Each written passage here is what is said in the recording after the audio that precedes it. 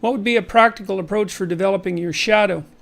Well, that's a good one. Let's do a little review of Jungian psychology. The first thing is, if you want to know about this, the proper source is Carl Jung's Collected Works, Volume 9, Volume 9, and there's two parts to Volume 9, A and B, published as separate texts.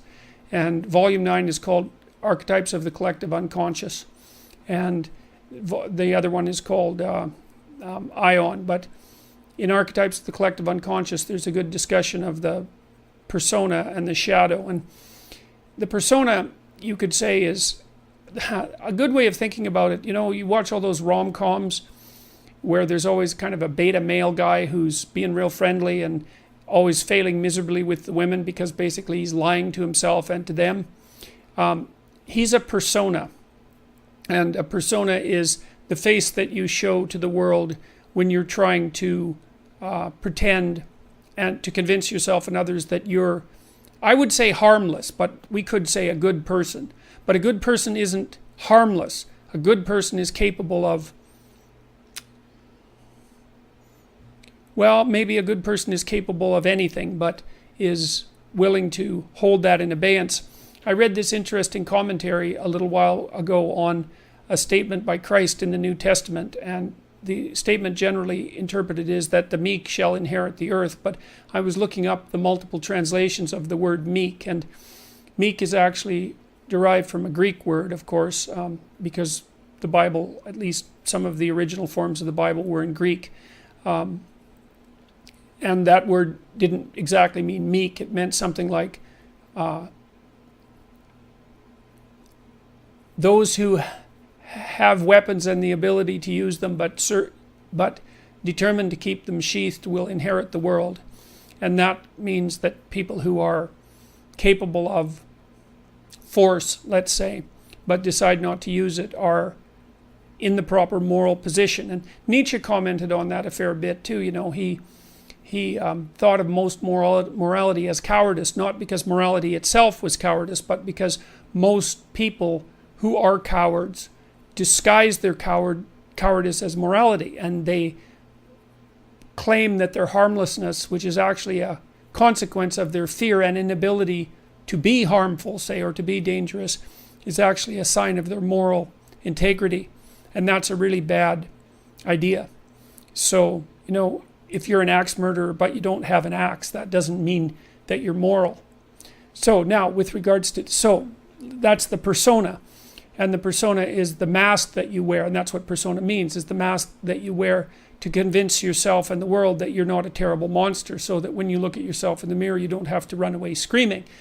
You know, and you might think, well, that's a bit of an overstatement, but Jung was very interested in phenomena such as, say, the psychological phenomena that would characterize the actions of someone who might be an Auschwitz camp guard, for example.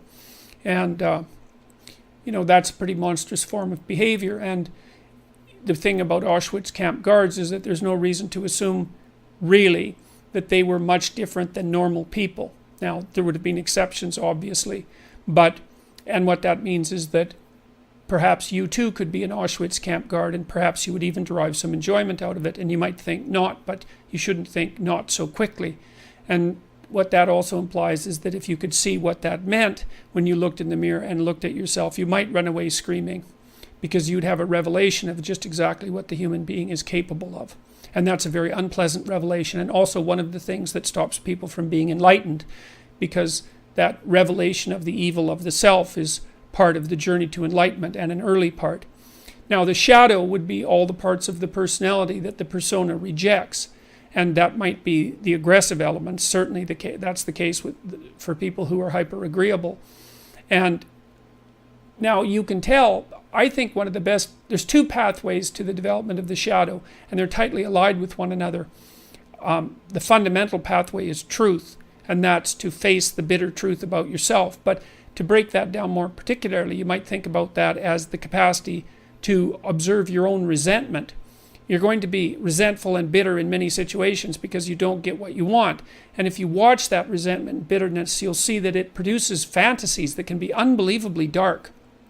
And that can be very frightening, and you might not want to admit to yourself that you're actually capable of having fantasies like that, or impulses like that, or aggressive feelings like that. But the thing is that if those aggressive feelings and impulses and fantasies are integrated into your character, it's like you're opening up a dialogue with a part of yourself that can be very forceful and strong and dangerous. And it's really useful to be dangerous, because if you can be dangerous, you often don't have to be. And it's often weak people. For example, it's weak men, generally speaking, who rape. That's a very, very common occurrence, and that's a violent act, but it's born out of weakness, not out of strength, that's for sure. And so, anyways, you attend to your resentment honestly, and you observe yourself and what you're actually like. You got to pay attention as if you don't know yourself, as if you might harbor hidden devils, and then maybe they'll emerge. Now, Jung also felt that sort of embedded inside the shadow were the contrasexual tendencies. And so, for example, sometimes you see people who are well-developed, men, let's say, and we can also talk about women in this regard. Men who've integrated their shadow often also develop a kind of peculiar grace that would be a consequence of not only allowing their aggressive side to step forward, but also their feminine and compassionate side that they may have kept squelched because of embarrassment about it, or because they'd been harassed for being weak, or any number of things. So, but the practical approach for developing your shadow, I would say, is to contemplate and consider your resentment and notice what it says. And because your resentment will also tell you what you have to say. And so, if you're feeling oppressed at work, or you're oppressed in your life, or you're oppressing yourself, then you got to notice that you're feeling oppressed. Then you have to notice that you're feeling resentful and angry and bitter, and maybe even like Cain in the story of Cain and Abel, because Cain is sort of the archetypal bitter man. And then you have to decide what it is that you need to do in order to remove from yourself that bitterness. And that usually means that there's something that you have to say. And then you have to say it because your soul depends on it. And not only does your soul depend on it, I would say the fate of the world depends on it. So, practical approach for developing your shadow fundamentally is radical honesty. And Jung said that a genuine moral effort was a good substitute for psychotherapy.